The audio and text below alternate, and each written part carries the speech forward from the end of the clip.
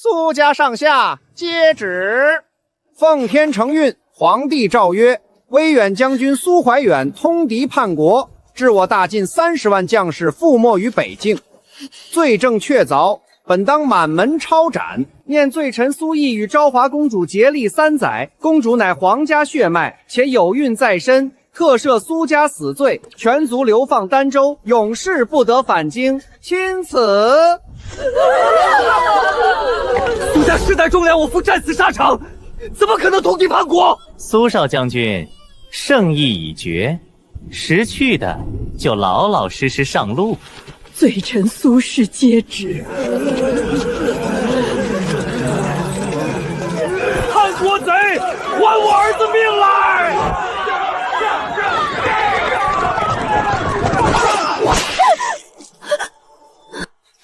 她一个小姑娘家你也下手？你苏家通敌叛国，30万将士的命就是你苏家欠的。要不是走运娶了公主，你全家脑袋早搬家了，还敢在老子面前横！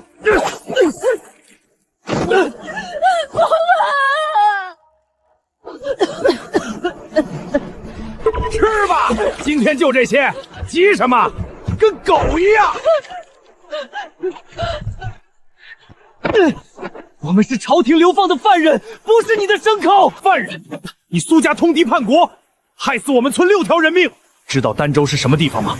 瘴气遍地，蛇虫鼠蚁，连口干净水都没有。100年了，流放过去的人没一个活着回来。你们苏家就等着烂在那儿吧！别打了，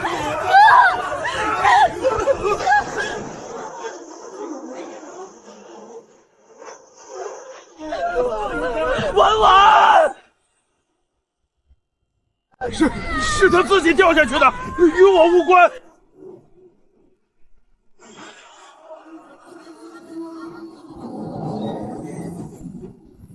我不是在过马路吗？那辆闯红灯的卡车，这是哪儿？这身衣服，难道我穿越了？不行，不能死在这儿。我苏婉，现代农学博士，野外生存教练，死在古代的海里，太窝囊了。这个身体的家人还在船上，既然老天让我来了，那就好好活着。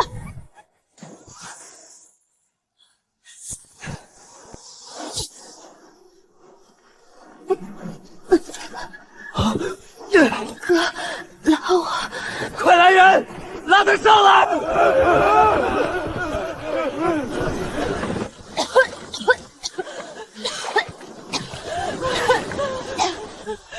丫头，老天保佑！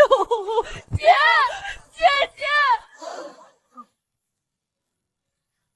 儋州，我岂不是可以回家了？都给我滚下去！这儿就是儋州了。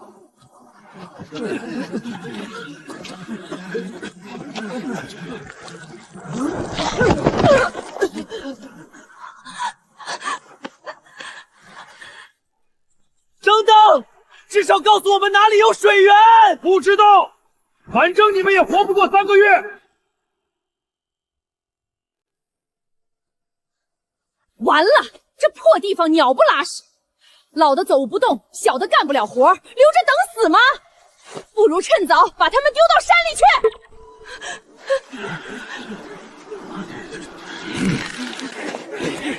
不要丢祖母！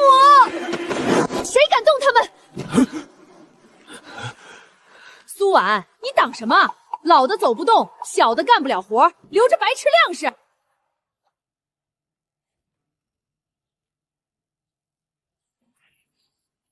二婶，这草你认识吗？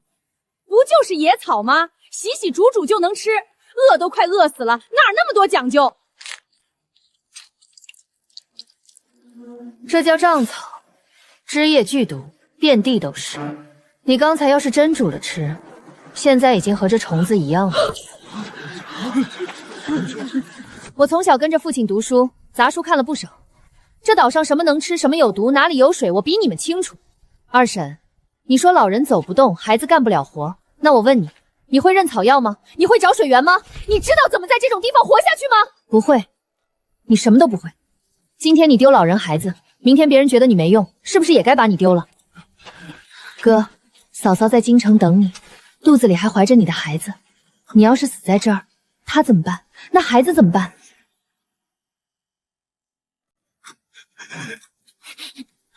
我说一遍，我能带全家活下去，但有一个条件，从今天起，谁都不许丢下任何人，谁敢弃老弱，我先弃谁，我说了算。不服的，现在就走。我听你的。老婆子也听婉丫头的。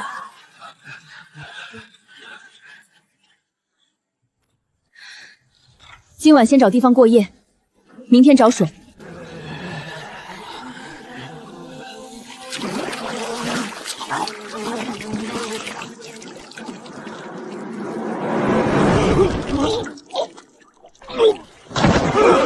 水有毒！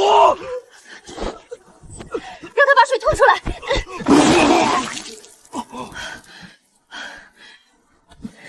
这水不是毒，是寄生虫和腐物，喝下去轻则腹泻，重则要命。以后谁都不许喝这种水。说的轻巧，不喝这个喝什么？你能变出干净水来？我去找水。就你，这荒岛上要有水，早被人发现了。3天后你就知道了。婉婉，你在找什么？你看这片灌木，这儿旱了这么久，别的地方寸草不生，这片灌木叶子却还是绿的。底下有水。对，灌木的根扎得很深，它们能活着，底下一定有水源。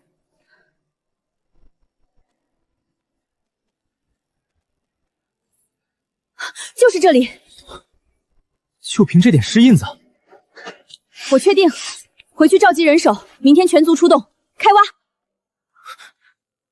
万一挖不出来呢？挖不出来，我们就全死在这儿；挖出来，我们就能活。你选哪个？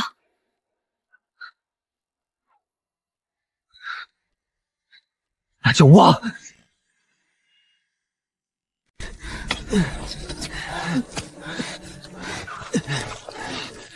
挖了3天了，连个屁都没冒出来。我早说了，大小姐就是在做梦。我看大小姐不是在找水，是在给咱们挖坟呢。婉婉，真的有水吗？要不换个地方？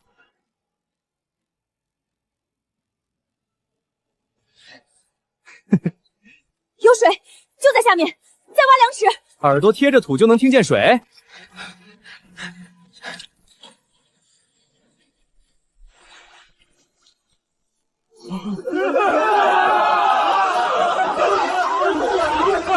祖母，水，有水了！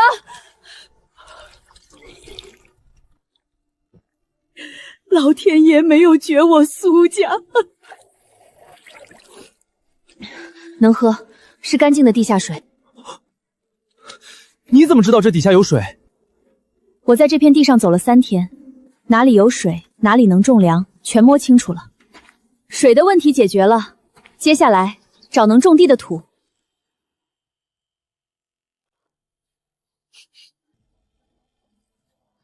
怎么样，能种吗？土太瘦了，沙多肥少，一捏就散，留不住水。种子种下去，10有8九长不出东西来。那可怎么办？好不容易找到水，要是种不出粮食，还是得饿死啊！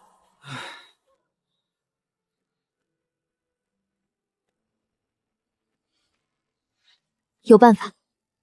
什么办法？你们看那边枯叶、腐土，还有烧完的草木灰，这些东西混进沙地里，能让土变肥。我亲眼见过，边关从前的老兵就是这么干的，我亲眼见过。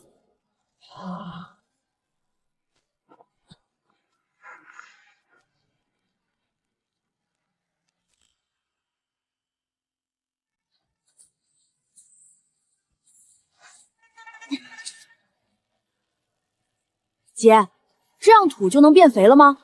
对，这些腐叶和草灰会慢慢化在土里，给土地增加养分。等过几天，这块地就能种东西了。婉婉，你怎么什么都懂？我从小跟你一起长大，怎么从来不知道你还懂这些？以前是大小姐，不用操心这些，现在不一样了，不学就得死。落水那一回，我想明白了很多事。也是，人被逼到绝路上，什么都能学会。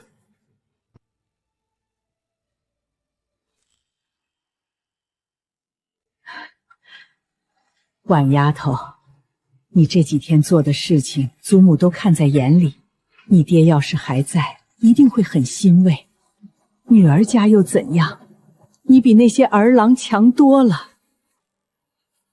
祖母，我不会让苏家人死在这儿，我们一定能回去，一定能沉冤昭取。祖母信你。土地改好了，但没有种子。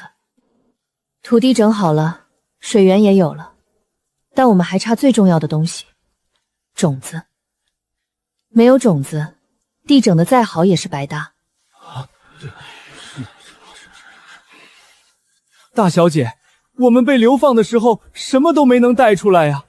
家里的粮种、菜种全被官府抄没了。是啊，这荒岛上连棵像样的庄稼都没有，哪儿来的种子？哥，我记得嫂嫂临行前曾经给你塞过一个小包袱，让你一定要贴身收好，你还留着吗？公主确实给了我一个小布包，让我贴身收着，说里面是保命的东西。流放路上那么乱，我一直没敢打开。现在打开。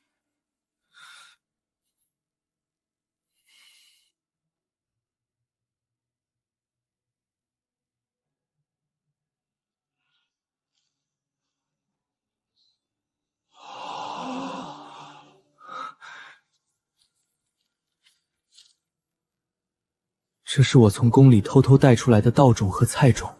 我不知道儋州是什么样的地方，但我想，有种子，就有活下去的希望。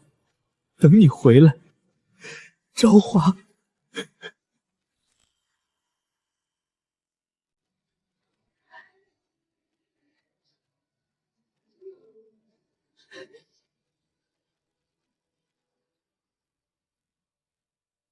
17粒稻种，9粒菜种，不多，但够了。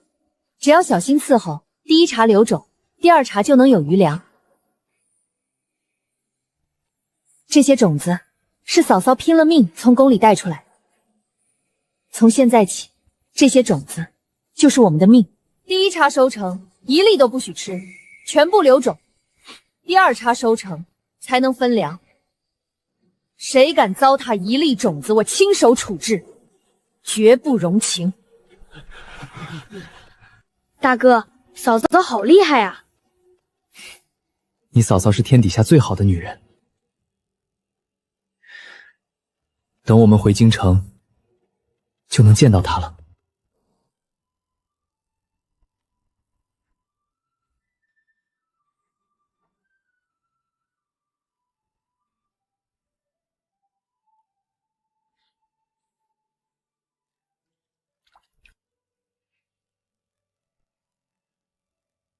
姐，他们会发芽吗？会的，只要我们好好照顾它们，给它们水喝，给它们阳光，它们就会发芽，会长大，会结出粮食来。那我们就不会饿肚子了。对，不会饿肚子了。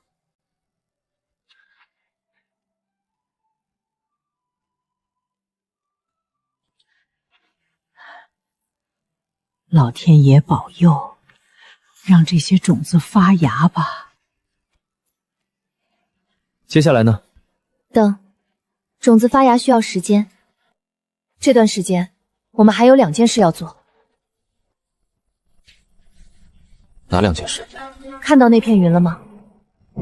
雨季要来了，我们得在它来之前，把房子建起来。明白。第2件呢？哥，你是刑警出身，带过兵，练过武。我想让你教族里的年轻人一些防身的本事。你在担心什么？我们在这荒岛上还能有什么危险？儋州是流放之地，来的不只有我们，还有别的流放犯、逃亡的匪土，甚至可能有野兽。我们总不能永远靠运气活着。行，我来安排。时间不多了，明天开始砍树、搭房。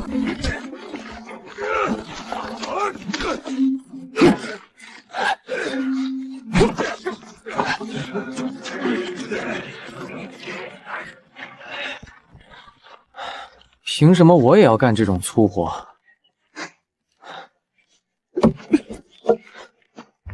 啊！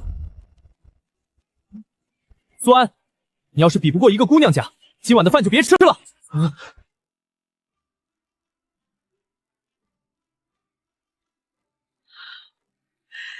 这是真正的房子了。姐，我们有家了，真正的家。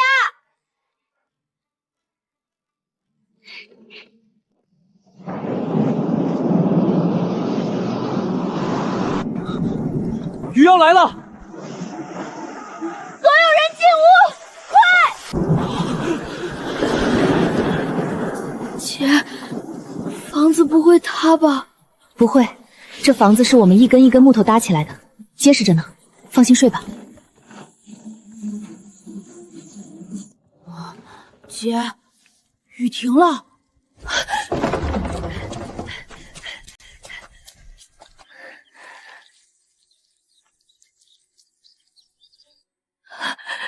发芽了。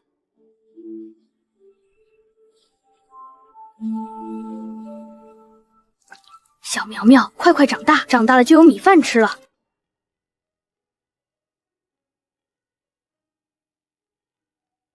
照这个长势，再过2个月，第一茬就能收了。不过第一茬要全部留种。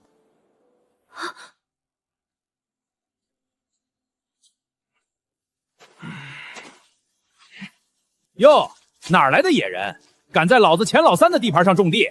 我们是朝廷流放到儋州的苏家人，这片地是我们开荒的。流放犯，那可太好了，在儋州讨生活，得先孝敬爷爷我，1个月50斤粮食，交不出来，那就把你们的粮食和地全都留下。我们没有粮给你，你走吧。嘴挺硬啊，我倒要看看你们能硬到什么时候。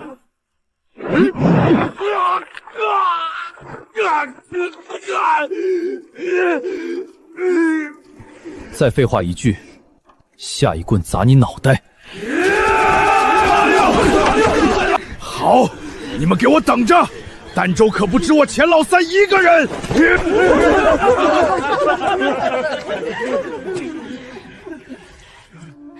别怕，姐在，没人能欺负你。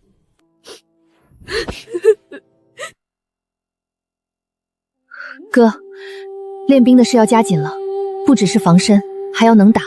我明白。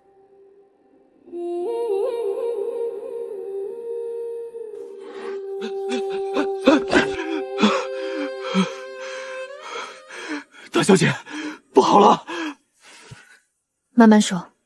钱老三那狗东西揪聚了岛上10几个地痞流氓，还有一个叫马六的刀疤脸，扬言3天后要血洗苏家，抢光粮食，还说要把咱们的人全掳走。完了完了，咱们才几个人啊，怎么打得过20多号人？上就不该放那孙子走。现在说这个没用，3天，我们只有3天准备。都怪逞能，上次非要打人家，这下好了，人家叫了帮手来报仇了。依我看，把粮食交出去一半，给人家赔个不是，兴许还能保条命。对，人家20多号人呢，咱们拿什么打？脑袋不要了。交出去。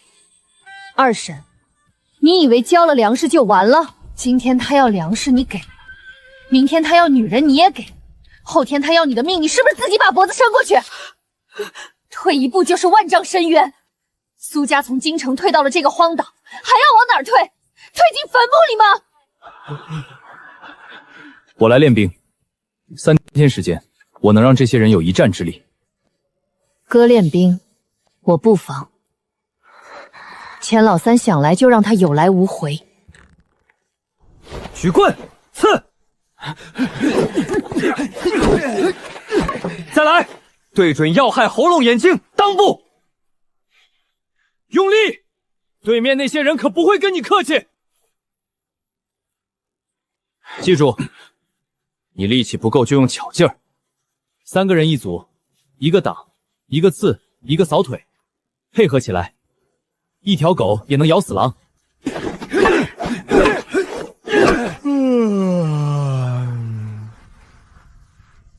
苏安，你的棍子是用来戳天的。大哥，我手疼。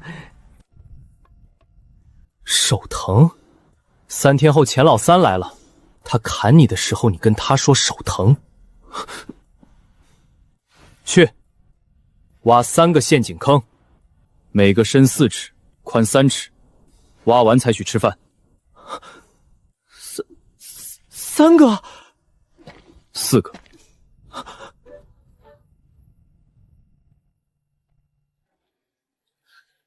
这里堆上雷石，他们要是冲过半所，就从这儿往下砸。大小姐放心，这几块石头砸下去，够他们喝一壶的。姐，我也要帮忙。你有更重要的任务。什么任务？保护那片田，那是我们全家的命根子。你守在那里，谁都不许靠近，能做到吗？能。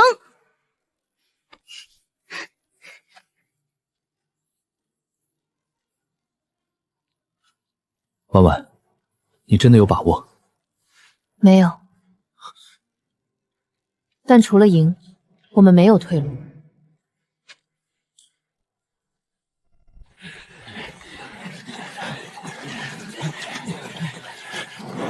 今晚给我往死里打，抢完粮食烧他们的房子。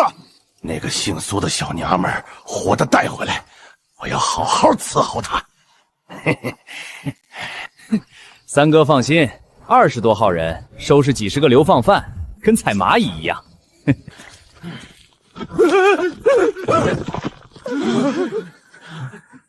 慌什么？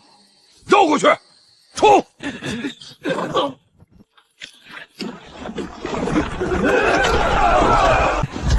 别怕，冲过去就赢了，都给我冲！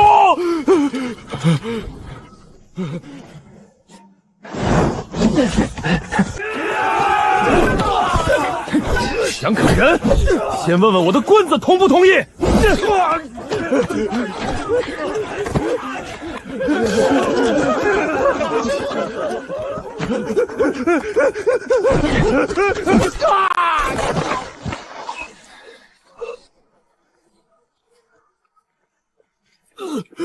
滚回去告诉所有人，苏家不是软柿子，敢再来，我让你们有来无回。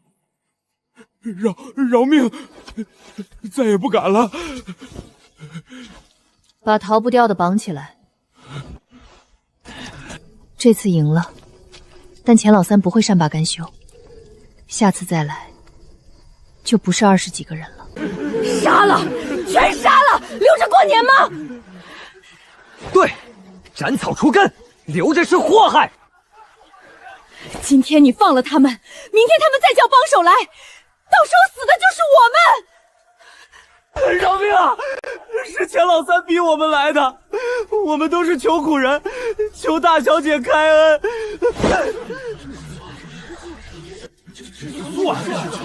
杀了他们，那我们和他们有什么区别？我给你们2条路：一，愿意留下的，从今天起就是苏家的人，干活管饭管住，跟所有人一样，按劳分配。2，不愿意留的，现在就走，我不为难你们。但出了这个营地，生死与我无关。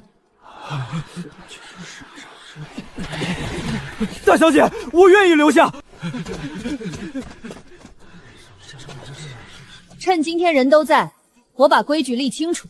从今天起，这个营地有岛规3条：第一，不偷不抢，谁偷谁抢，逐出营地；第二，按劳分配，多干多得，不干不得；第三，服从指挥，进了这个营地就得听号令行事。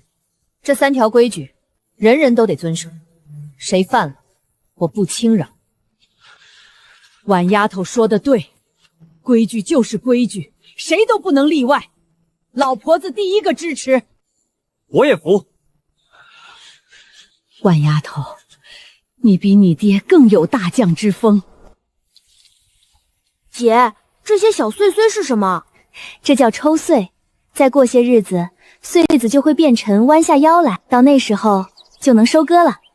那我们就能吃米饭了。能。不过我再说一次，第一茬收成，一粒都不许吃，全部留种。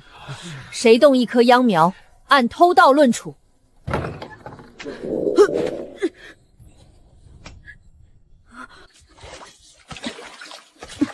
姐，二婶偷东西！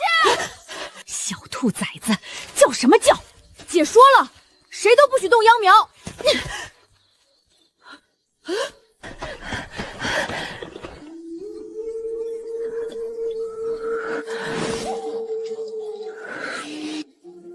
二婶，我说的话你是一个字都没听进去吗？我就是想提前尝尝鲜，又不是外人。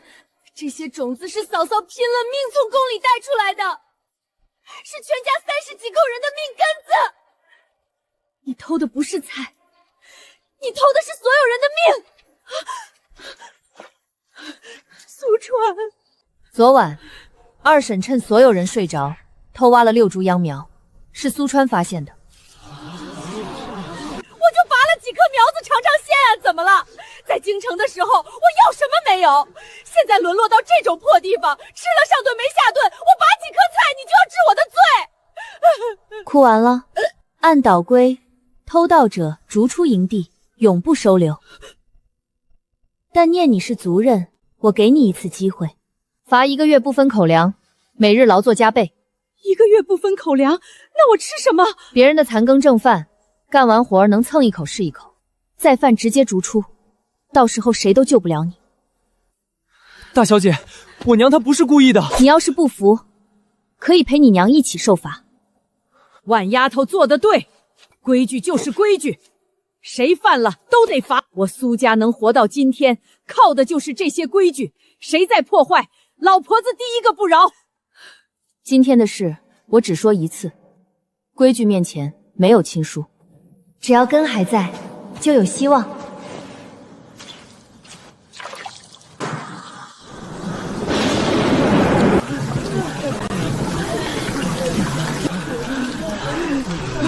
祖母好烫，姐，祖母发烧了。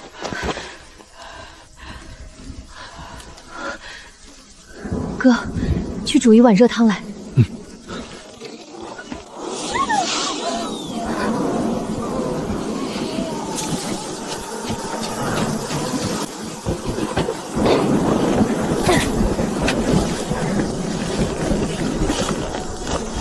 婉婉，太危险了，下来！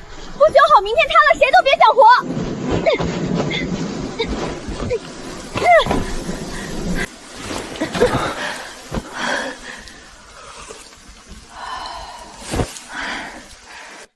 这样修修补补不是长久之计，得想个办法建更好的房子。等雨停了，我们烧砖建瓦房。烧砖？你还会这个？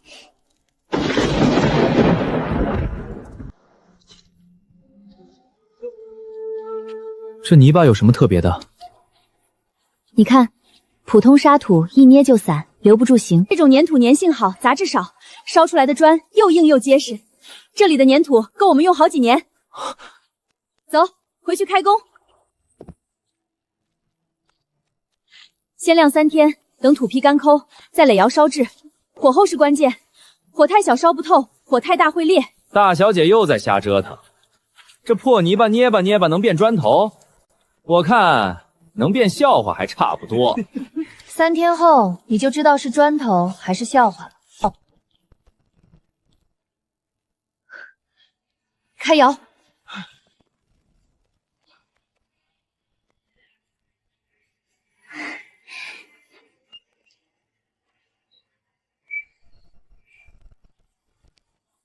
砖头，真的是砖头，姐姐太厉害了！有了砖，我们就能建真正的房子，不怕风，不怕雨，不怕他。主屋2间给祖母和川弟，朝南通风；侧屋4间按人口分。这边是仓库，存粮食种子；这边留灶台，排水沟提前挖好，山坡的雨水会往下流。不挖沟，一场大雨地基就毁了。你连这都想到了，比大陆不少县城都讲究。别夸了，干吧。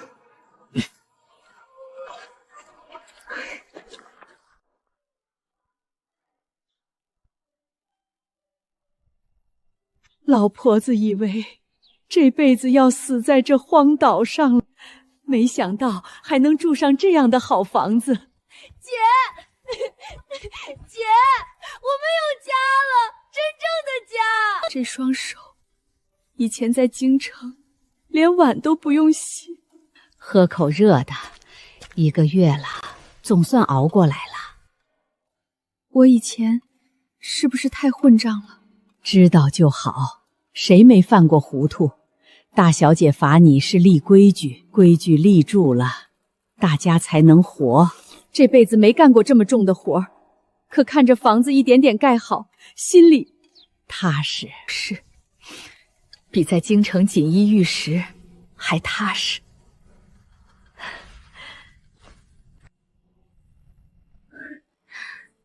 婉婉，再过1个月，我们就能收第1茬稻子了。第1茬全部留种，明年要把整个山坡都种满。姐，这个穗穗好重啊！种才好，越种说明粮食越多。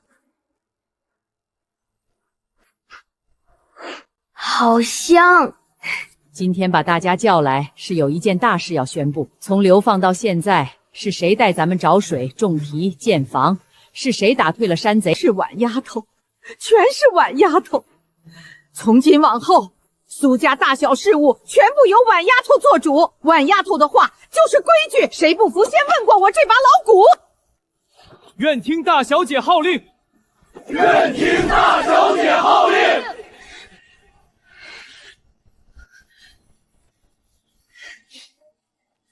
孙女一定不负所托，带领苏家在这荒岛上扎下根，站起来。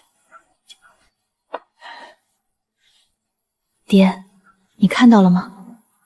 你的女儿会替你守住这个家。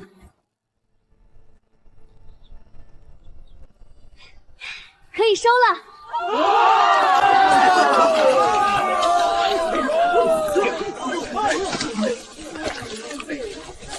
姐，这一粒明年能长出1整棵呢，对不对？对，一粒变1颗，一颗变1片。活了大半辈子，从没觉得粮食这么金贵。辛辛苦苦种出来的，一口都不让吃。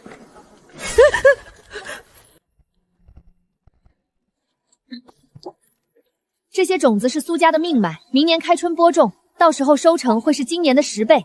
在那之前，谁靠近这道门，我都当贼办。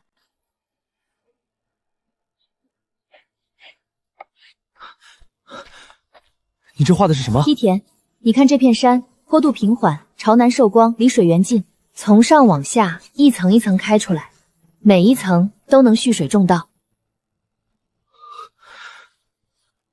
东面那片平地种菜，北面的洼地挖蓄水池。从山泉到田地之间修一条主水渠，分出支渠灌溉每一层梯田。婉婉，你这是要把整座山都变成良田？不止这一座山，只要有水、有土、有人，这整个岛都能变成粮仓。干！丈夫阿牛！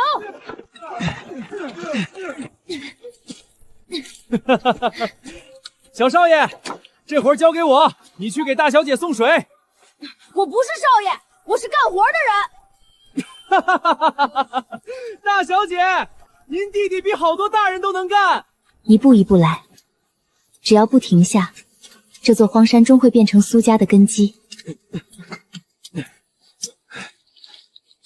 这段坡度太陡，水流下来会把渠壁冲垮，用石头在这里垒一道减速坎，让水缓下来，再往下走。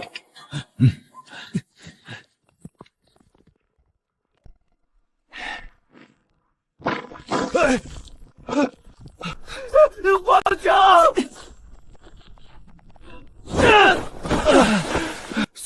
苏少爷，谢谢您救命。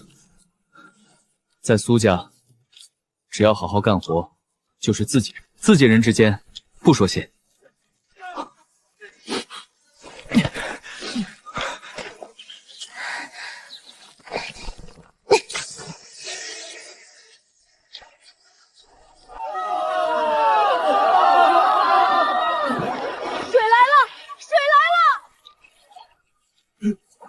有了这条水渠，这些梯田就活了。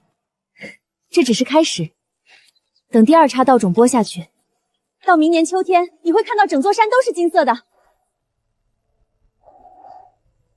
来人呐！有人求见。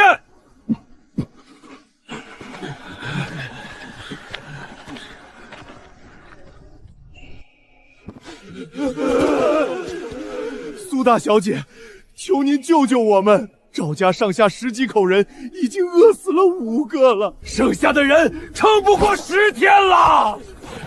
大小姐，老婆子不要脸了，给您磕头，只求一口饭，1口就行。起来说话。收留你们可以，但有条件。什么条件都答应，大小姐尽管说。3条。第一，服从管理，我说东你不能往西。第二，按劳分配，有手有脚就干活，不养闲人。第三，不许偷懒，不许偷盗，不许内斗，做不到的现在就走，我不勉强。愿听苏大姐号令。老婆子一把年纪了，烧火做饭、洗衣裳都行。就是赵家老太太。阿牛，带他们去洗干净，分配住处，明天一早开始干活。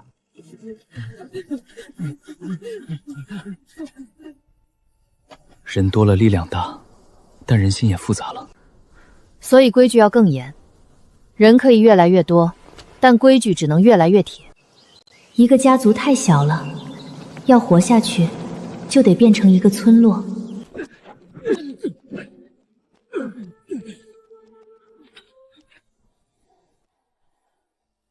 人手多了，进度至少快了3倍。照这个速度，入冬前就能把整面山坡全部开垦。哎，你怎么不排队？前头还有人没成呢。我今天干了整整1天的活，凭什么不能先吃？干活的多了，谁不是干了1天？你一个刚来的。算了，你先成吧，下次注意点就是了。二婶，你怎么怂了？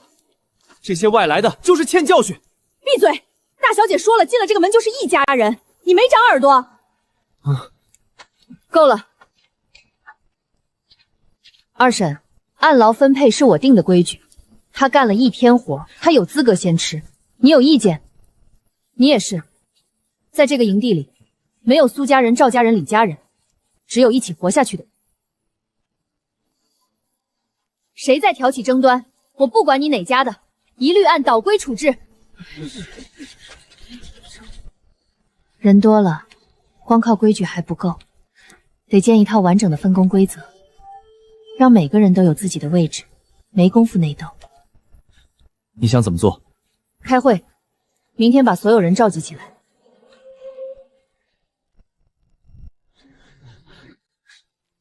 从今天起，我们不再是一群各管各的散人，而是一个整体，每个人都有自己的位置，每个人都有自己的活儿。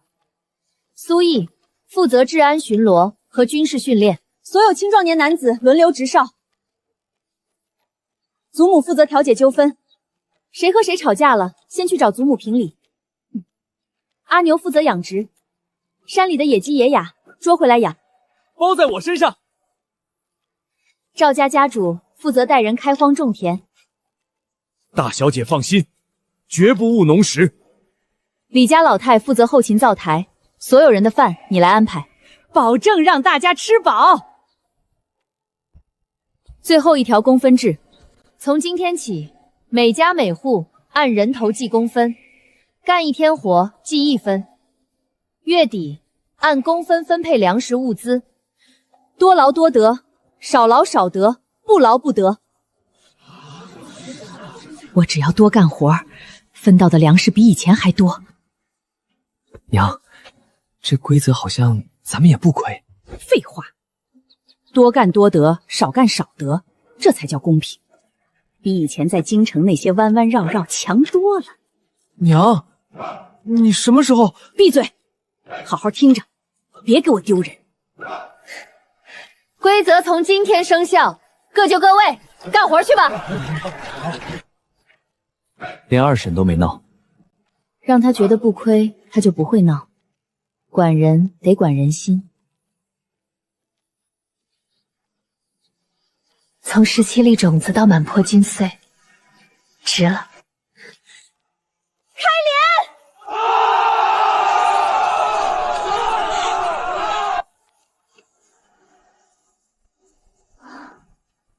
镰！婉婉，粗算了一下，收成至少是去年的15倍。留足明年的种子，剩下的分给大家吃。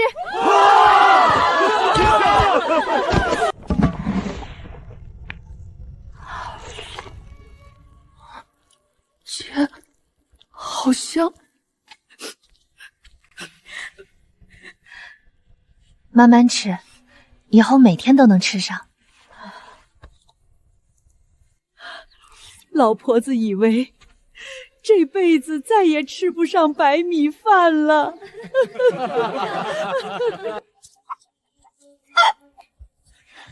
不要全抓，挑健康的母鸡和公鸡留种，其余放掉。杀鸡取鹅的事咱们不干。大小姐，逮着了！这母鸡屁股圆滚滚的，肯定能下蛋。好，再去溪边看看，上次我看到有几只野鸭。吃吧吃吧，吃饱了好下蛋。记住几件事：早晚各喂1次，水池每天换干净水，鸡舍的草垫3天换1次，保持干燥，不然鸡会生病。早晚喂食，每天换水，3天换草。姐，我记住了。那从今天起，这就是你的活儿，干得好，多几公分。姐放心。姐，小鸡出来了，好多小鸡。还有小鸭，快来看呀！等它们长大，我们就有鸡蛋吃，有鸡肉吃了。小鸡，你快长大。粮食有了，肉和蛋也快了。下一步，但越来越富裕，就越容易被人盯上，必须未雨绸缪。大哥，苏家那帮流放犯现在肥得流油。粮食堆成山，鸡鸭成群，还建了砖瓦房。咱们只要打过去，吃喝一辈子都不愁。上次不是被人家打得屁滚尿流吗？上次我才带了20几个人，大哥您手下50多号兄弟，全是刀口舔血的狠人。收拾几10个种地的庄稼汉，还不是手到擒来？行，明天动手。大小姐，钱老三搭上了黑蛇帮，50多号人带着砍刀长矛，明天就杀过来。50多人，比上次多了1倍。而且黑蛇帮不是普通地痞，都是亡命徒，来得正好。上次是赶走他们，这次我要让他们永远不敢再来。你有什么打算？连夜布防，这次的阵势要比上次大3倍。所有青少年到广场集合。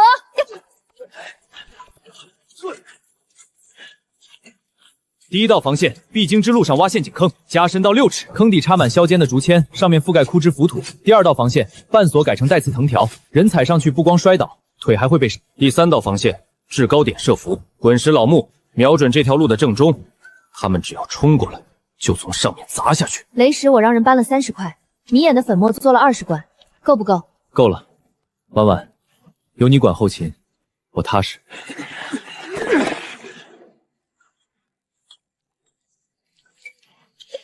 砸出去的时候对准人脸，粉末进了眼睛，他们至少半炷香看不见东西。大小姐，让我去引他们进埋伏圈。你知道这意味着什么？万一跑不掉，大小姐收留了我，给我饭吃，给我住处，把我当人看。以前我在钱老三手底下做牛做马，连条狗都不如。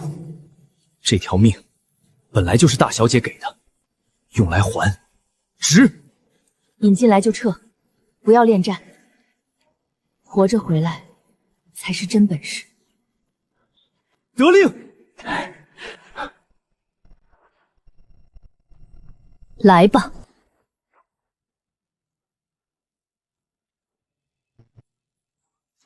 大哥，翻过前面那个坡就是他们的营地，这个时辰都睡了，杀他们个措手不及。弟兄们，冲进去杀光男人，粮食、女人都是咱的。有人，来人了，快跑啊！是他们的人，追，别让他跑了！有陷阱，散开，绕过去！大哥，中埋伏了！放！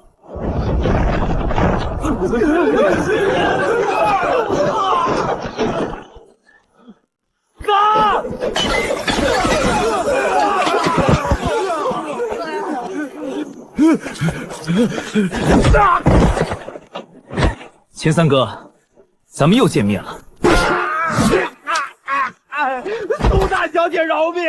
我们不知道你这么厉害，再也不敢了。饶你可以，但从今往后黑蛇帮归顺苏家，能不能做到？做得到，做得到。那就留在这儿吧。从今往后为大小姐马首是瞻。把他们全带回去。钱老三，你的罪状我一条一条说。第一，苏家出道半周，你带人勒索，威胁抢夺粮食。第二，被打退后纠集马六等人，夜袭苏家营地。第三，勾结黑蛇帮再次袭击，若非事先防备，今天跪在这里的就是我们。杀你太便宜你了。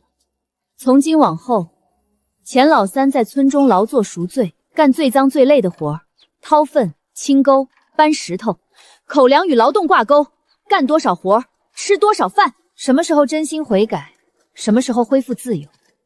在那之前，你欠的债，用汗水一点一点还。饶命啊！我再也不敢了。这就是与苏家为敌的下场。还有谁想试试？大小姐，您说怎么办，我们就怎么办。愿听大小姐号令。散了吧，明天该干活干活。你今天让所有人都服了，服了才能活。苏大小姐，从今往后，我黑蛇帮52号弟兄全部归入苏家。大小姐往东，我们绝不往西。刀不要了，你也不叫黑蛇帮主了。从今天起，你叫阿蛇，是苏家村落联盟的人，不是什么帮派。是，阿蛇听大小姐的。黑蛇帮收编后，我们的人口已经突破了200。苏家、赵家、李家、阿蛇他们来自不同地方，但从今天起，我们是一个整体。我宣布成立儋州村落联盟，统一居住，统一耕作，统一分工，共同抵御外敌。我任盟主，苏毅任副盟主，负责治安和练兵。各家推举代表参与议事，有什么问题摆到台面上说，不许私下乱来。我赵家愿听盟主号令。我也愿听。弟兄们，听盟主的。从今天起，这个岛上的所有人都是一家人。现在人多了，不能再乱挤在一起。从今天起，整个村落重新规划，南面居住区按家庭分配房屋，统一建砖瓦房，每户之间留出通道。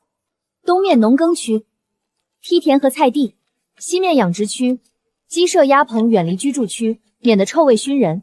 北面仓储区和晾晒场，靠近城墙，方便看守。这是什么？主街，从村口一直通到广场，2丈宽，两侧种上树，以后所有人进出、交易、集会都走这条路。你这规划比大陆不少县城都讲究。还有公共水井、公共茅厕、排水沟，全都要按规矩修。人多了不注意卫生，瘟疫一来，比刀子还厉害。以前当土匪搬的都是别人的东西，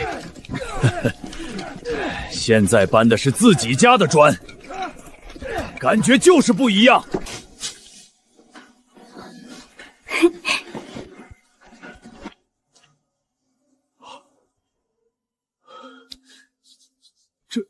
这还是荒岛，简直比我老家的镇子还像样。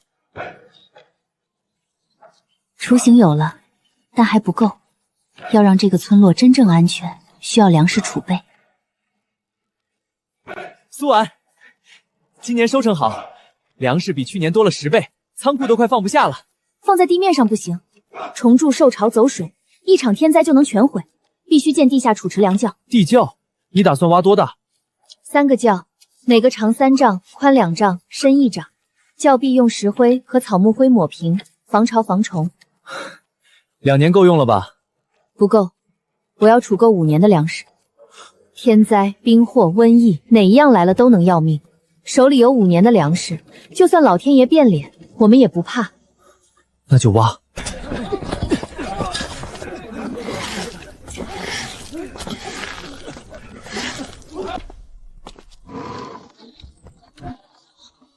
姐，这底下好大啊，装了好多好多粮食。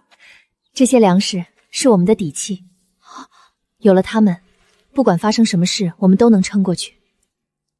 婉婉，有了这些粮食，我终于觉得我们不会再饿死了。下一步，我们得和外面的世界接上线。什么意思？光有粮食不够，铁器、布匹、药材、新种子这些东西，岛上产不出来，必须从外面换。来了！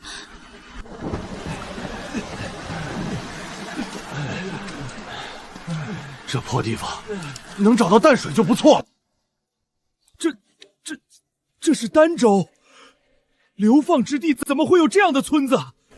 什么人？这位壮士，在下王福祥，做海运生意的，遭了风暴，船坏了，想靠岸修整修整，讨口淡水和吃的，绝无恶意。你想要淡水和食物？是，姑娘行行好。可以，但不白给，用你船上的东西来换。姑娘想换什么？铁器、布匹、药材、种子，有多少我要多少。这些我船上倒是有一些，但你们拿什么换？跟我来。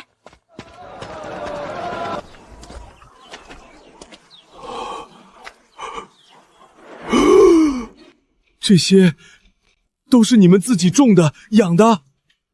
对，荒岛上什么都没有，全是我们一锄头一锄头刨出来的。了不起，在下走南闯北20年，从没见过在流放地能做出这等工业的。王掌柜，东西你看到了，现在谈交易，300斤粮食换你10把铁锄。行。200斤干菜换你5匹粗布。也行。再加100斤草药，换你1箱药材，外加1袋新菜种。药材可以，但菜种的事，姑娘，种子在哪儿都金贵。王掌柜，你的船坏了，修船的木料我可以免费提供。你在我这儿吃住不收钱，回去之后你拿着我们的粮食转手一卖，赚多少你心里清楚。1袋菜种不过是你的9牛1毛。姑娘好口才，好眼光，行，1袋菜种在下认了。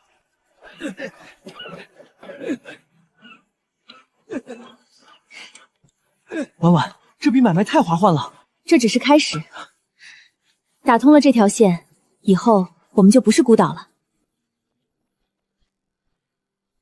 这个姑娘不简单，这生意值得常做。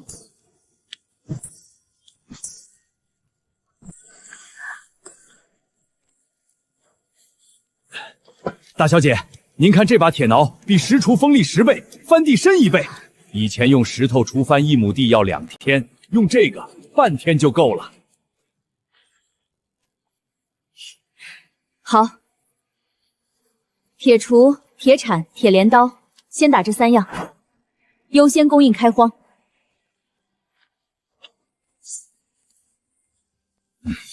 大小姐，有了这些家伙，谁还敢来犯我们？这是农具，不是兵器，它是用来建设的，不是用来打架的。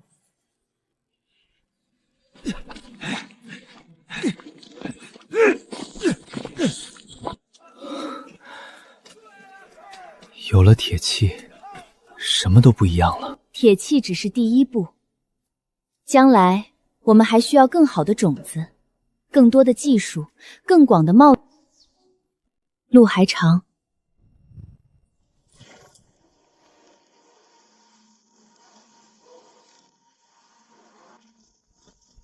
来者何人？哟，好大的排场！本官是儋州巡检司的张大人，例行巡视。哼，怎么不欢迎？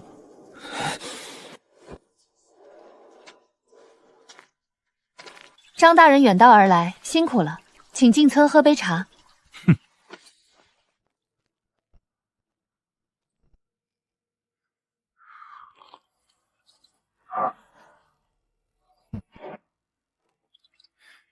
苏家流放犯出身吧？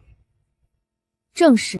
流放犯私自开垦荒地，聚集流民，修建房屋城寨，按律这可是大罪啊！轻则加刑，重则满门抄斩。满门抄斩！张大人，我们开荒种地，自给自足，没有违反任何律法。朝廷流放的旨意是永世不得返京，并未禁止流放者开荒求生。律法是死的，人是活的。苏大小姐这么聪明的人，应该懂这个道理吧？想要太平，每个月孝敬本官50担粮食，本官就当什么都没看见。张大人，容我考虑一夜，明天给您答复。识时务者为俊杰嘛。苏大小姐是聪明人，别让本官失望。50担，他怎么不去抢？他就是在抢，不过他抢错人了。你打算怎么办？先让他以为赢了，然后让他再也赢不了。真给他？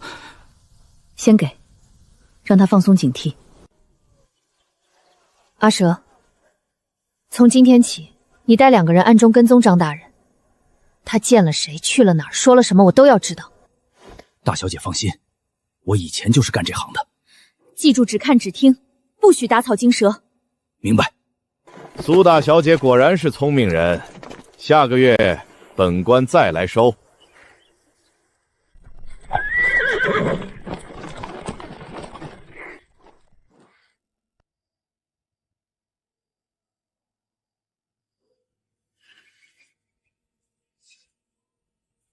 苏家那个丫头片子还以为自己多能耐，到头来不还得乖乖交粮？大人英明，这些流放犯的财产，咱们吃干抹净，上面也不会知道。哈哈哈哈！何止苏家，岛上那几家流放犯，每家每月交30担，嘿嘿，加上苏家的50担，嘿嘿，本官这趟差事肥得很。大人高！他不光吃咱们，岛上其他流放犯他也吃，每家30担，加上咱们的50担。他一个月收上百斗粮食中饱私囊，上面一粒都没报。贪墨流放犯的财产不上报朝廷，张大人，你的好日子到头了。有了这些证据就够了吗？他背后万一有人撑腰，我不是要和他硬碰硬，我是要让他自己把脖子伸过来。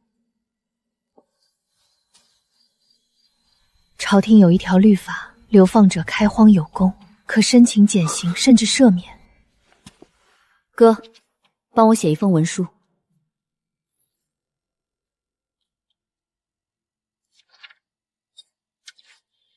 写什么？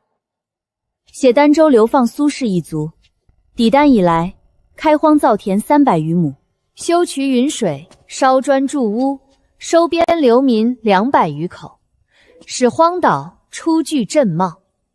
恳请朝廷核查开荒功绩，酌情减刑。这文书真递上去？不递，让张大人以为我要递就够了。这文书要是递上去，朝廷派人来查，张大人贪墨的事就全漏了。所以他会比我们更紧张。让阿蛇把消息放出去，不用太刻意，只要让张大人身边的人知道，苏家再写一封上报朝廷的文书就行。苏大小姐，听说您在写什么文书？张大人消息到灵通。大小姐，那个之前的事儿，是本官眼拙不识泰山，那50道粮食的事儿，就当本官没说过，以后再也不敢了，再也不敢了。张大人既然知错之前的孝敬，自然免了。不过，我有一个条件。大小姐尽管说。以后儋州的官府文书，经我过目再发。张大人，这是保你的条件，由我替你把着关，你的那些事就不会被写进文书里，你说呢？好，都听大小姐的。送客。不费一兵一卒，就把官府的文书权拿到了手里。拳头打不过的人，就用脑子对付。苏大小姐，王某人又来了，这次可是专程来做生意的。东西不错，比上次齐全。上次回去以后，大小姐的粮食和干菜在港口一转手就被抢光了，好东西不愁卖呀。这次我特意多备了货，就盼着跟大小姐长久合作。长期合作可以，我的条件每3个月你的商船来一次，苏家提供粮食、干菜、草药，你提供铁器、布匹、药材和种子，价格按今天定的标准，3年不变。3年不变，那万一物价涨了？涨了你也不亏，因为我的粮场品质只会越来越好，量只会越来越大，你在别处找不到第2家。行，就照大小姐说的办。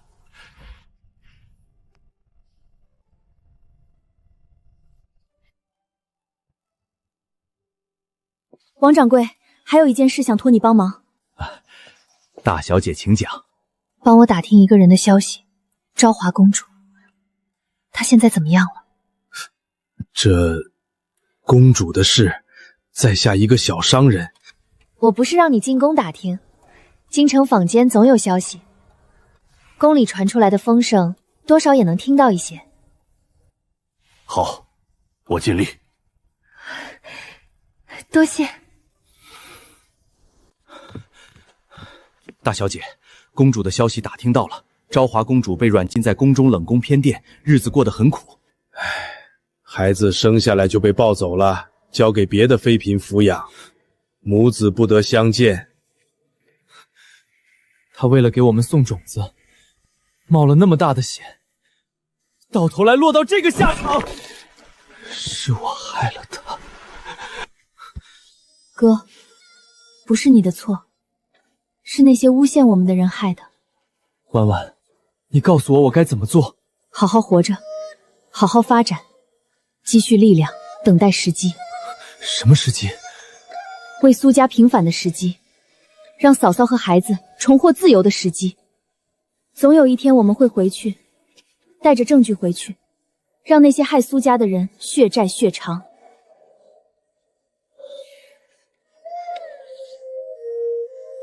好，我等着那一天。苏家一群流放犯，如今风头竟盖过我刘家，真是岂有此理！爹，要不给他们添点堵？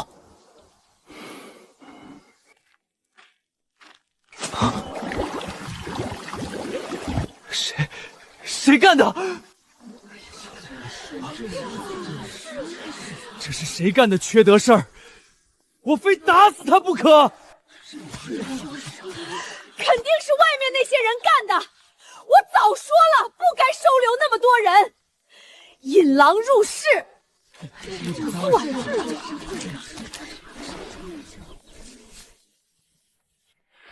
二婶闭嘴！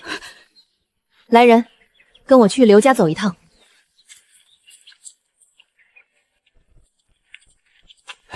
苏大小姐，什么风把您吹来了？刘家主，我的田地昨晚被人毁了，秧苗采烂，水渠堵死。你知道是谁干的吗？这，大小姐，您这是血口喷人啊！我们刘家世代书香门第，怎么可能做这种下三滥的事儿？让你家子弟都出来。这叫，把鞋脱了。什么？脱。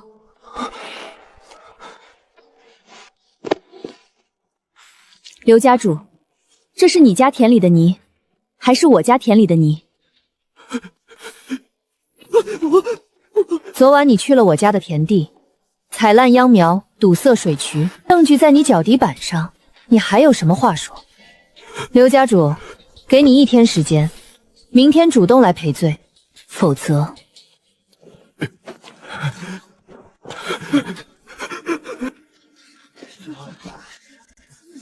苏大小姐是犬子不懂事，做了糊涂事。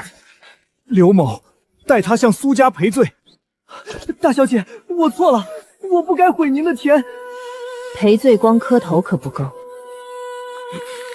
被毁的那片梯田，300株秧苗，2条尾渠，是全村人半个月的心血。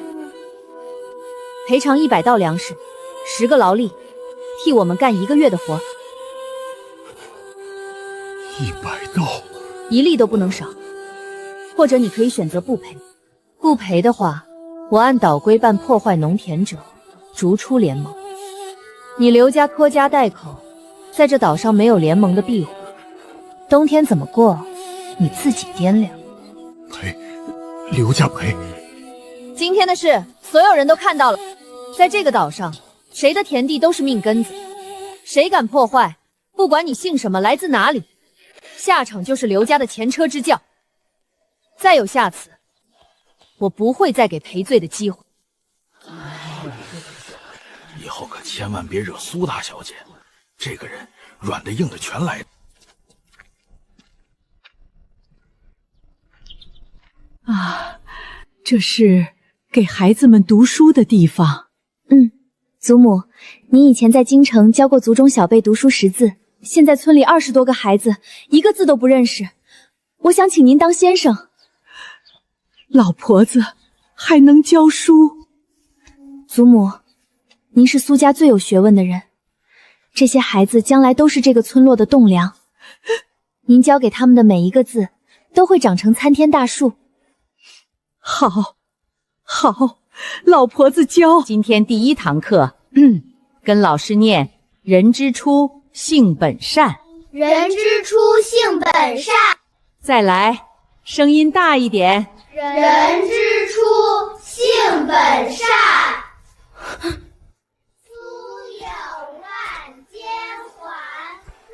在京城的时候，觉得读书是天经地义的事，到了这儿才知道，能坐下来安安静静念一句书，都是奢侈。所以更不能丢，知识才是最大的财富。这些孩子将来都是苏家的希望。苏碗和蒸饭。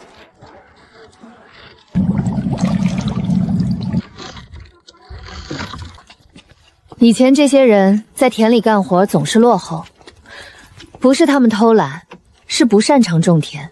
人各有所长，擅长手工的就做手工，比逼他们种地强10倍。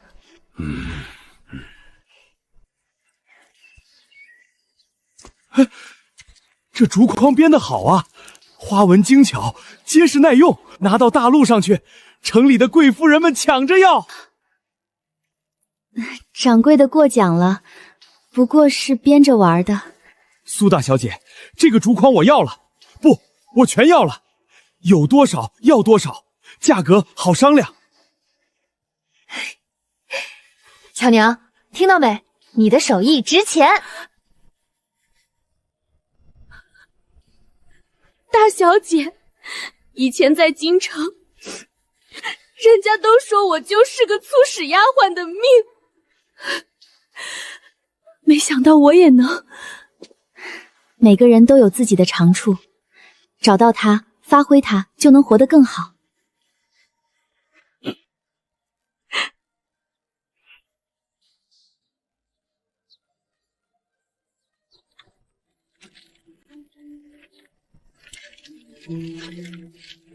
不能只靠粮食、手工品、贸易品，这些才是让村落从活着变成活得好的关键。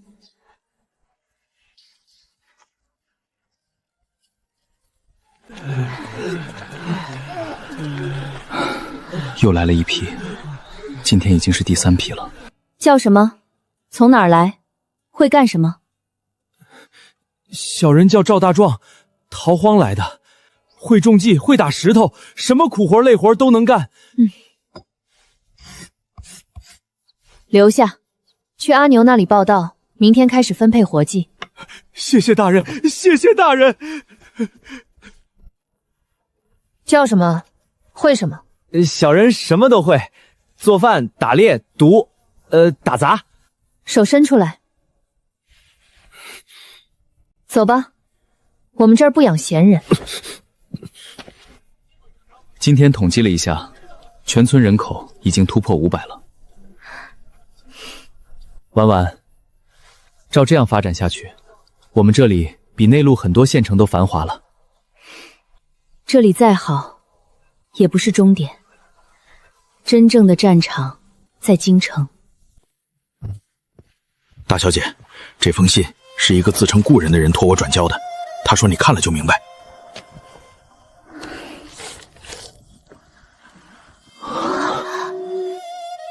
时机将至，请做好准备。这封信，写信的人说自己亲手正办，那他是太师府的人，或者曾经是。这只是官府用的上等宣纸，市面上买不到。墨是松烟墨，只有京城几家大户用得起。能用这种纸墨写信的人，身份不低，署名顾，故人、故旧、故交。他不敢写真名，但想让我们知道他和苏家有救。不知道是谁，但有一点可以确定，我们不是孤身作战。刘文正。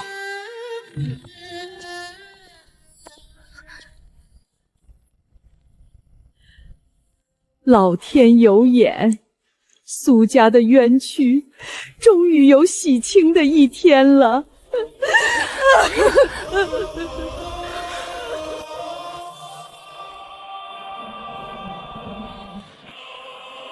京城，我们要回来了。今天叫你们来，只有一件事：苏家要平反。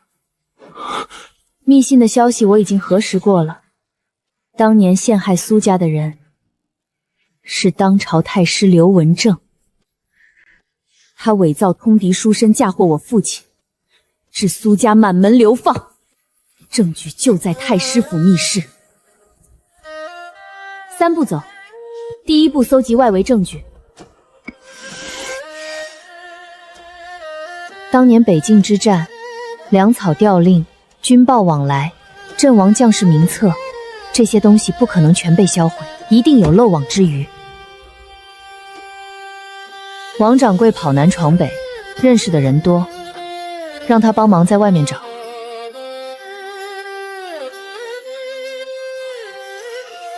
第2步，联络京城内应，写这封信的人是谁，我们还不知道，但他能拿到太师府的情报，说明他位置不低，必须找到他，确认身份，建立联络线。第3步回京，带着铁证，直接面圣，一击毙命。大小姐，回京城，咱们是流放犯，私自离岛可是死罪啊！所以要等一个合法回去的机会。朝廷有流放者立功赦免的先例，只要我们的功绩够大，名声够响，就有可能获得赦免之意。我们在儋州做的一切，开荒、建镇、收编流民，都是筹码。只要让朝廷知道我们的存在，就有可能争取到这个机会。从今天起，所有人各司其职。阿蛇继续跟踪张大人，同时监控岛上所有外来人员。阿牛加强防御训练，随时准备应对突发状况。哥，你负责练兵。从今天起，不是防守训练，是实战训练。将来回京的路上不会太平。人保的血雨腥风，明白。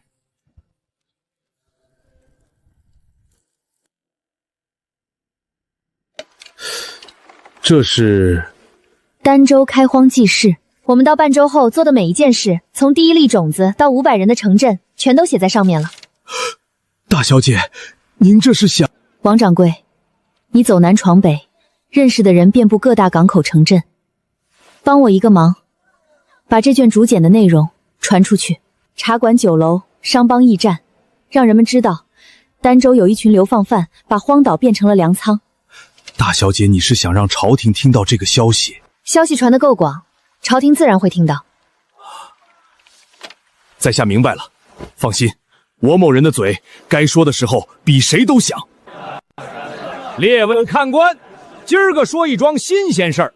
话说那儋州荒岛之上有一群被流放的犯人，别人流放是等死，人家流放是种田。开荒修渠，硬是把一座荒岛变成了世外桃源。当真？流放犯还能翻出花来？千真万确。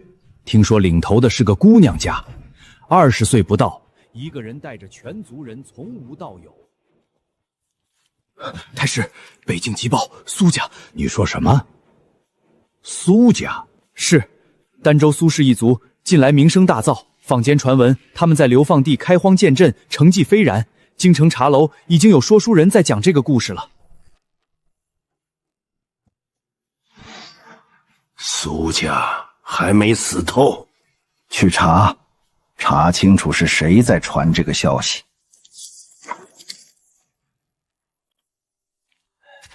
叫什么？从哪儿来？小人叫孙二，琼州来的。听说苏家村落招人，想来讨口饭吃。会种地，会木工，什么活都行。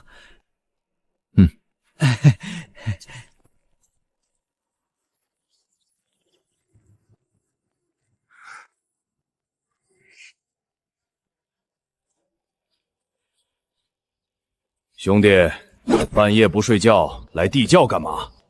想偷粮食。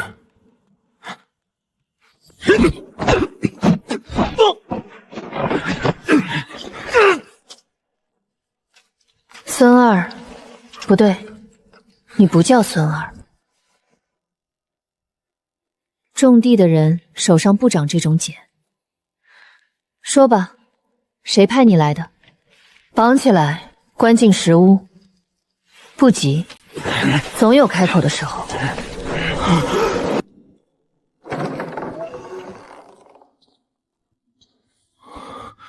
3天了，你不说话，我也不问。但你应该想清楚了，在这个岛上，你的主子救不了你。你是太师刘文正派来的，不用否认，你手上的茧是握刀的骨。你半夜去地窖不是偷粮食，你是来刺探我们的底细。能把人安插到儋州这种地方的人，朝廷里不超过3个。而其中最想知道苏家近况的，只有刘文正。你不说也行，反正你回不去了。刘文正的人失踪了就是死了，他不会来救你，也不会为你多看一眼。你对他来说就是一颗用完就扔的棋子。吃口热饭，想通了跟我说实话，想不通继续饿着。等等，是太师派我来的，他让我查清苏家的人数、兵力、粮食储备，还有没有在搜集当年的证据。他怕了。太师很紧张，京城里传出的消息让他坐不住了。他说，绝不能让苏家翻身。那他打算怎么做？如果苏家真的在搜集证据，太师会上奏朝廷，给你们加罪，把流放改成满门抄斩。吃吧，加罪，满门抄斩。刘文正，你比我想象的更狠，那我只能比你更快。刘文正已经在动了，他派暗探来摸底，接下来一定会有更大的动作，留给我们的时间不多了。加速计划，可证据还没有搜集齐，所以要兵分两路。阿蛇，你跟王掌柜的下一班船离开儋州，秘密前往京城。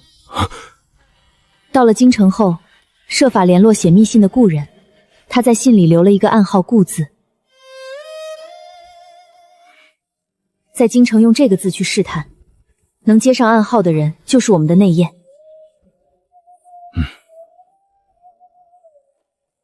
大小姐放心，我在道上混了这么多年，找人这事儿我在行。记住，绝对不能暴露身份。你不是苏家人，是普通商人的伙计。刘文正的眼线遍布京城，一旦被发现，不光你死，我们全部完。明白，死也不会说出一个字。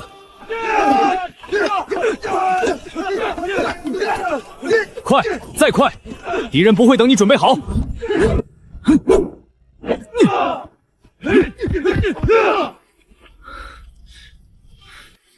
你有两条路，第一，留在这里做苦力，一辈子出不去；第二，回去复命。你回去告诉刘文正，苏家不过是一群种田的流放犯，没有兵，没有证据，翻不出浪花，让他放心。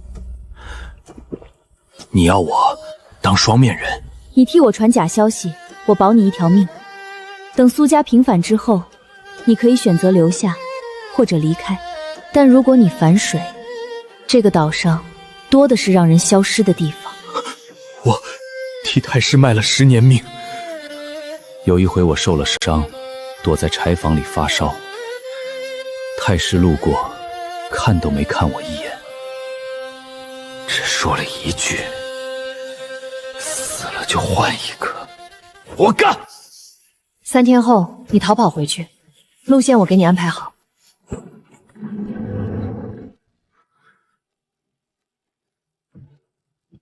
里面有银两和干粮，够你在京城活动3个月。每个月通过王掌柜的商路传一次消息回来，暗号是故人安好，代表一切顺利；故人报休，代表遇到麻烦。大小姐放心，阿蛇在刀尖上混了半辈子，京城再险也不过是换个地方卖命。不一样的是，这次是为值得的人卖命。活着回来，一定。禀太师，苏家不过是一帮种地的流放犯，虽然人多了些，但没有兵器，没有军备，更没有搜集任何证据的迹象。那个苏婉整天忙着种田修路，根本没有回京的心思。哼，一群种田的泥腿子。太师，既然如此，是否可以暂且放下？放下？苏家的血脉还在，就不能放下。不过不急，等过了今年的春闱，老夫的人全部安排进各部之后，再收拾他们也不迟。暗探走了2天了，应该已经上了大陆的商路。假消息足够让刘文长放松几个月，这几个月就是我们的窗口期。阿蛇那边1个月后才能收到第1封消息。在那之前，我们能做的就是把自己变得更强。刘文正，你以为苏家只会种田，那就让你继续这么想为，直到我站在你面前的那一天。客官是外地来的，跟着东家做买卖，在京城人生地不熟，想找个故人叙叙旧。客官找的故人是哪个故？故旧的故，故而知新。后院亥时一个人来。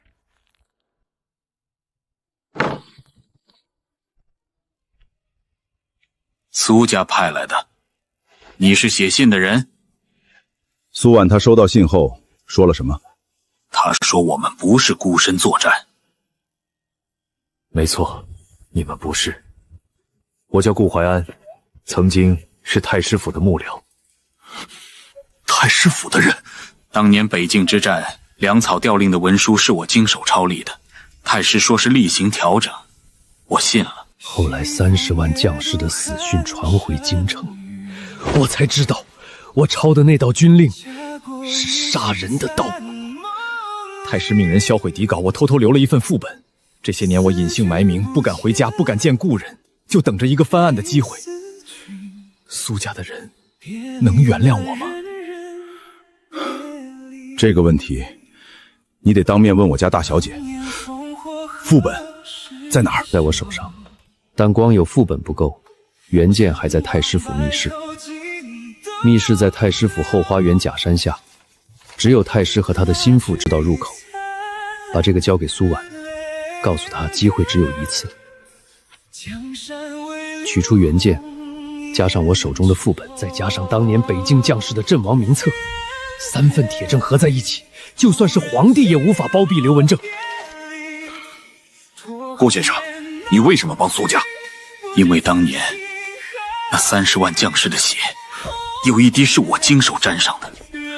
我替太师抄了那道假军令，我以为只是调个粮草，结果30万人全死了。阿舍的消息，安好，故人安好。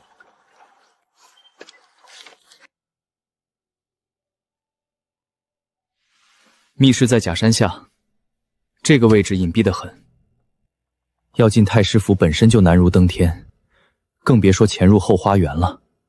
所以不能硬闯，必须有合法进入太师府的理由。什么理由？等赦免旨意下来，以苏家名义回京面圣，太师一定会设宴试探，那就是我们唯一的机会。赦免旨意还没有交落，会有的，我们的名声已经传到了京城，只差最后一把火。你是威远将军的儿子？老伯，我父亲是被人冤枉的，当年的通敌书信是伪造的，我需要你的帮助。我就知道威远将军不是叛徒。当年粮草迟迟不到，我们整整饿了7才上的战场。那么多弟兄，活活饿死在阵前。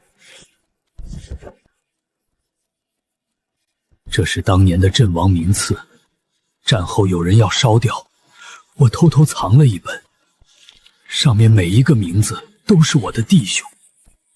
30万将士。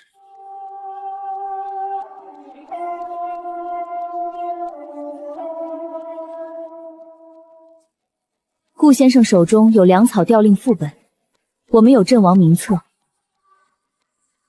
最后一块拼图，太师府密室里的原件，3份铁证齐全之日，就是苏家翻案之时。圣旨到，儋州苏氏族人苏婉、苏毅接旨。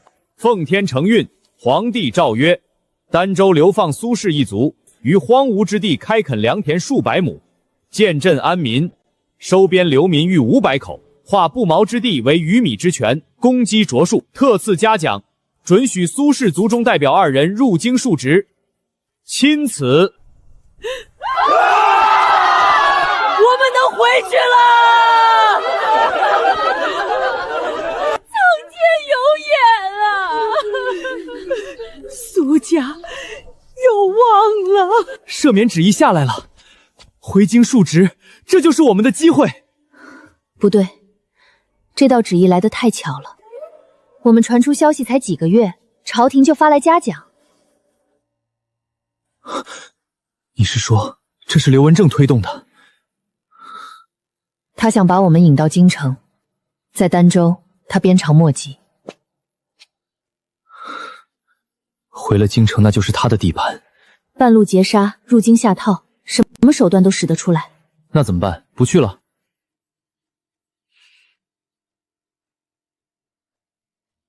去，必须去。他越急着动手，越说明他怕了。怕了的人会更狠，所以我们要比他更快。我和苏毅走后，村子的一切事务由阿牛统管。赵家家主负责农事，李家老太负责后勤，巡逻不能停，工分不能乱。地窖的钥匙交给你，任何人不得擅自开窖。大小姐放心，有我在一天，村子就不会乱一天。等盟主凯旋。大小姐一路平安。婉婉，老婆子这把骨头，怕是等不到你回来了。祖母，听我说完，苏家的冤屈你扛得起，这一点老婆子从来没有怀疑过。这是你父亲留下来的足印，当年抄家的时候，老婆子把它缝在棉袄里带了出来，见到皇帝出示足印，皇帝见了就会知道苏家没有叛国。因为这枚足印的背面刻的是太祖亲赐的“世代忠良”4个字。祖母，等我回来，一定等我回来。好，老婆子等。姐，你别去，你去了谁保护我？川儿，姐去打一个大坏蛋，打完了就回来。你保证？保证。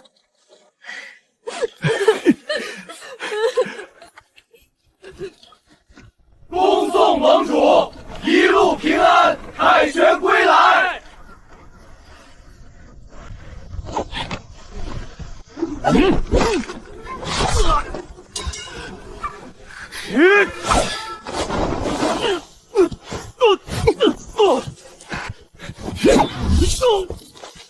幸好只有5个人，再多几个。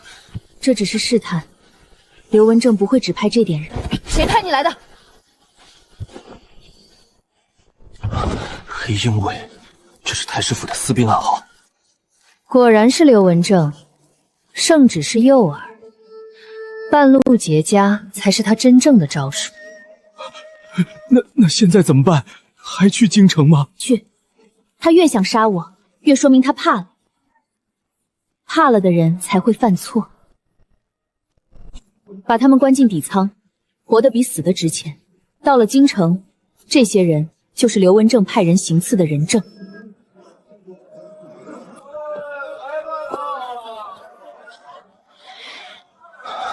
3年了。王掌柜，刺客关在底仓，你的人看好。大小姐放心，跑不了。我们先进城。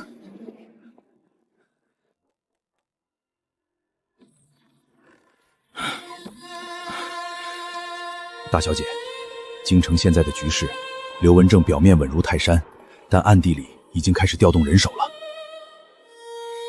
他在朝中安插了7个亲信，吏部、刑部、兵部都有他的人。顾先生那边呢？顾先生说一切就绪，他手中的副本随时可以交出来，但原件必须从太师府密室取出，这一步只能你们亲自来。太师府守卫森严，怎么进？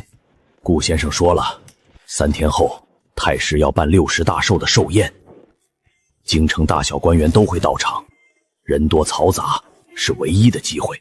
寿宴，他大摆寿宴，高朋满座，那就让我去给他添一份寿礼。阿蛇，帮我弄2套官府请帖。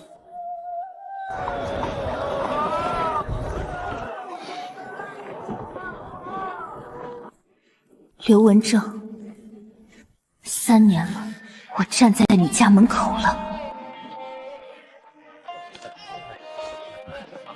就是他们，威远将军的后人，在荒岛上种田翻身的那一家。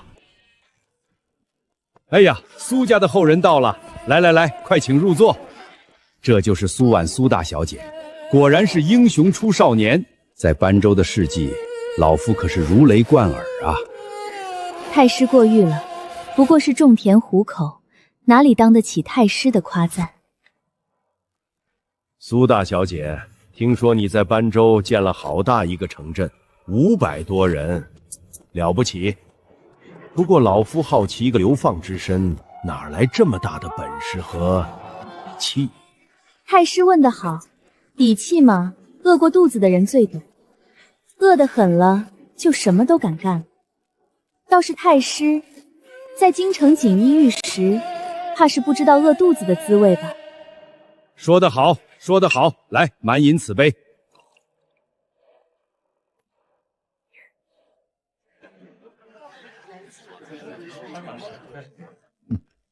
太师，在下敬您一杯。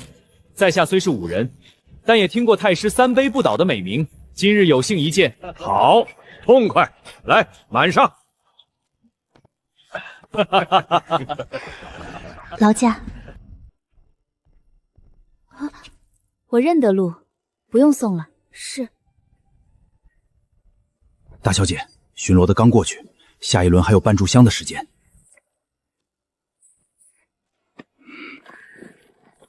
你在外面守着，有人来。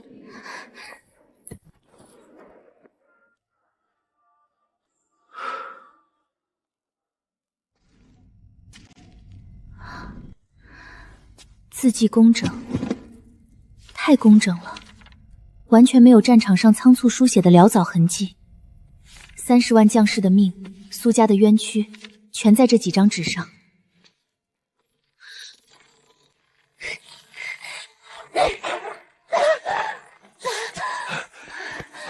大小姐，刚才石板突然动了，我没拦住。拿到了，走，快走！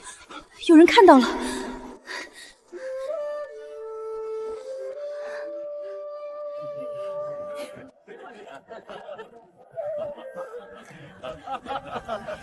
大人，药石密报。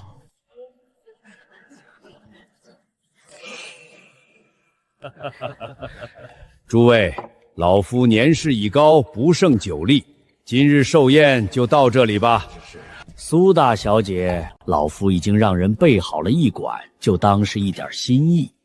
多谢太师盛情，那就恭敬不如从命了。封锁城门，所有进出京城的通道一个不留。太师，这是要密室被动过了，那个苏家丫头拿走了东西。太师，苏家人怎么可能知道密室的位置？查府里所有人，近3年离府的告假的，一个不漏的查。太师的意思是内鬼？密室的位置只有老夫和3个心腹知道。苏家一个流放犯怎么可能找到？一定是有人把消息递了出去。 3个知情人，赵管家去年病故，王长随一直在府中，还有一个顾怀安，5年前不辞而别的顾怀安，老夫当年就该杀了他！传令下去，活要见人，死要见尸。苏家的丫头比他老子还难缠。外面至少20个人在盯着，城门也封了。今天傍晚开始，进出京城的人全部被盘查。 9道城门全部加岗，通往皇宫的主路也增派了禁军。刘文正反应太快了，突围！趁包围圈还没合拢，我杀出一条路，你们走暗道。没用，杀出去也进不了皇宫。刘文正在禁军里有眼线，硬闯只会给他图谋造反的口实。那怎么办？坐以待毙。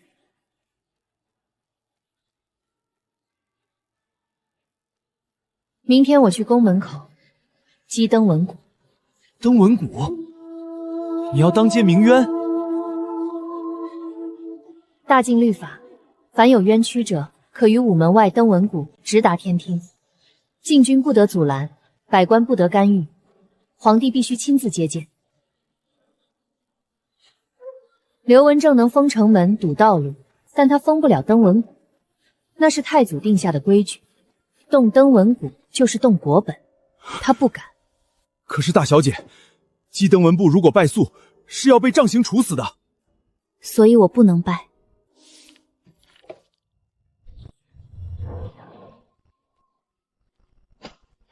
苏大小姐，太师有令，请您留在驿馆。让开！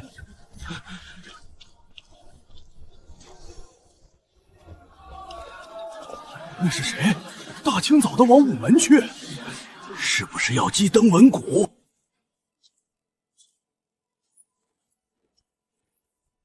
来者何人？因何击鼓？儋州流放苏氏后人苏婉，为苏家37口满门冤案，为北境30万阵亡将士击鼓鸣冤，请皇上亲审。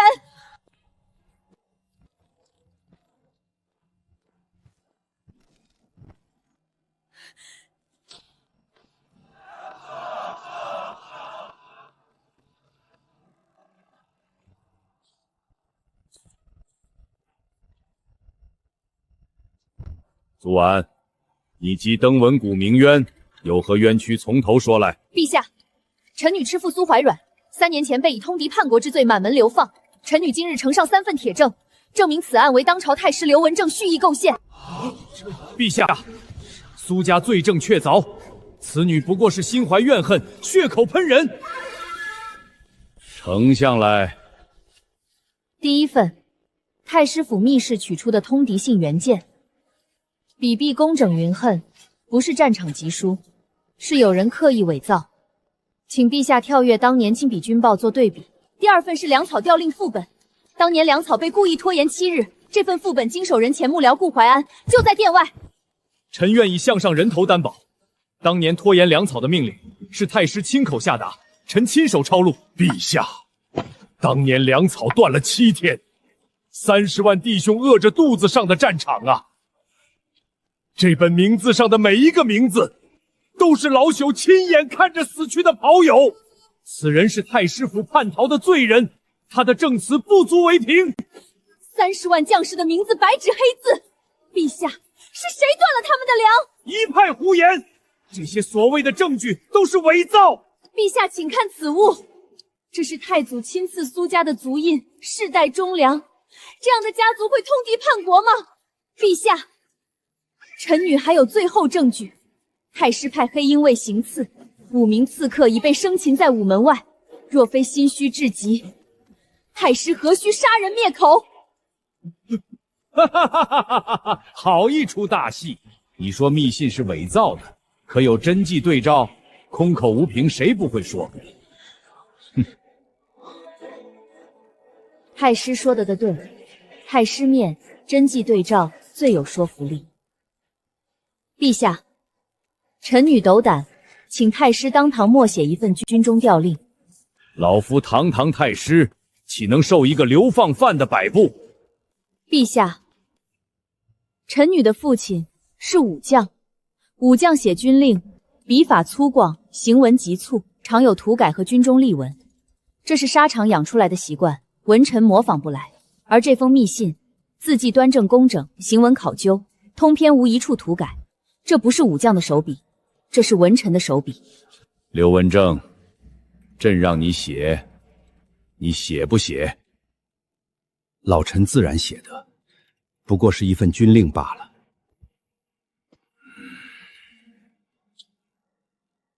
太师，您在犹豫什么？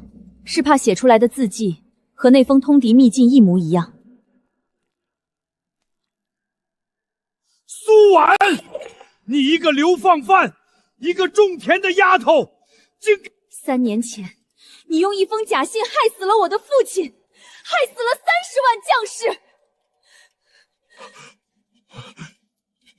今天你连一支笔都不敢拿，因为你知道，你一落笔，全天下都会看到真相。太师，3年前你问我父亲还有什么话说，今天我也问你同一句话，太师，你还有什么话说？刘文正，朕再问你一次，北境之战粮草调令是谁下的？陛下，老臣冤枉，这些证据全是伪造，勾结逆贼，诬陷忠良。够了！传旨三司会审，彻查北境一案，刘文正即刻革职，收押天牢。拿下！你们不能这样对我！我是太师，我为大晋效力40年。苏婉，平身。苏家的冤屈是朕的过失，朕即日下旨恢复威远将军苏海远一切爵位荣勋，追封忠烈，苏家流放之罪全部撤销。苏家后人回京，令昭华公主幽禁之事一并撤销。公主与皇子即刻迁回公主府，与驸马团聚。臣叩谢陛下隆恩。臣女替父亲谢陛下隆恩。世代忠良，朕差点辜负了这4个字。父亲，女儿做到了，苏家的冤屈洗清了。